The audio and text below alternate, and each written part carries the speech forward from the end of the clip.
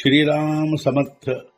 वक्रतुंड महाकाय सूर्यकोटि समप्रभ निर्विघ्नं कुरु मे देव सर्वकार्येषु सर्वदा. गुरुर्ब्रह्मा गुरुर्विष्णुः गुरुर्देवो महेश्वरः गुरुः साक्षात् परब्रह्म तस्मै श्री गुरवे नमः. विदेहापरी चालवूनी प्रपंच मुमुक्षु जनालागी अध्यात्म चर्चा करोनी बहुलोकजे मेळवीती. नमस्कार त्या ब्रह्म चैतन्य मूर्ती. अलंकापुरी पुण्यभूमी पवित्र तिथे नांदतो ज्ञान राजा सुपात्र. तया आठवीता महापुण्य राशी. नमस्कार माझा सद्गुरु श्री ज्ञानेश्वराशी.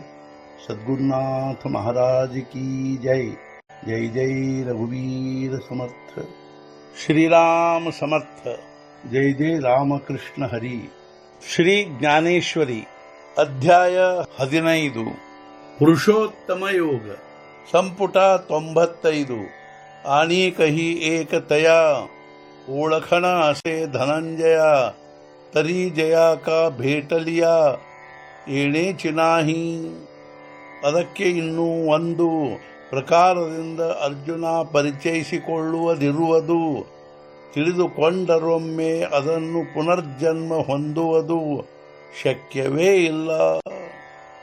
ಹೇ ಅರ್ಜುನ, ಇದೇ ವಿಚಾರವನ್ನು ಇನ್ನೊಂದು ಪ್ರಕಾರದಿಂದ ತಿಳಿದುಕೊಳ್ಳುವುದಾಗಿರುತ್ತದೆ. ಒಮ್ಮೆ ಅದನ್ನು ತಿಳಿದುಕೊಂಡರೆ ಪುನರ್ಜನ್ಮ ಹೊಂದುವುದು ಶಕ್ಯವೇ ಇಲ್ಲ. परीतया भेटती ऐसे जे ज्ञाने सर्वत्र सरिसे. सहा प्रलयांबूचे जैसे भरले पण. ಪಡೆಯುವರದನ್ನು ಈ ರೀತಿಯಾಗಿ ಜ್ಞಾನದಿಂದ ಸರ್ವತ್ರ ಸಮಭಾವರಾದವರಾಗಿ ಮಹಾಪ್ರಳಯದ ನೀರಿನಿಂದಾಗಿ ಬ್ರಹ್ಮಾಂಡವೆಲ್ಲವೂ ತುಂಬಿರುವಂತೆ.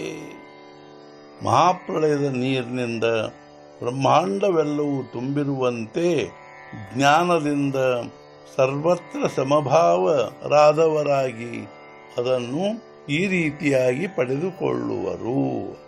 ನಿರ್ಮಾಣ ಮೋಹ ಜಿತಸಂಗ ದೋಷ ಅಧ್ಯಾತ್ಮ ನಿತ್ಯ ವಿನಿವೃತ್ತ ಕಾಮ ದ್ವಂದ್ವೈರ್ವಿಮುಕ್ತ ಸುಖದುಃಖ ಸಂಜ್ಞೈ ಗಚ್ಚಂತ್ಯಮೂಢ ಪದಮವ್ಯಯಂ ತತ್.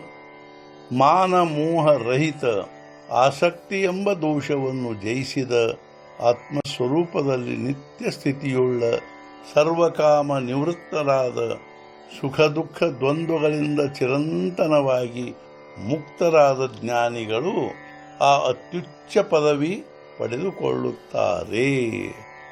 ಜಯ ಪುರುಷಾಚೇಕಾ ಮನ ಚಾಂಡೋನಿ ಗೇಲೆ ಮೋಹ ಮಾನ ವರ್ಷಾಂತಿ ಜೈಸೆ ಘನ.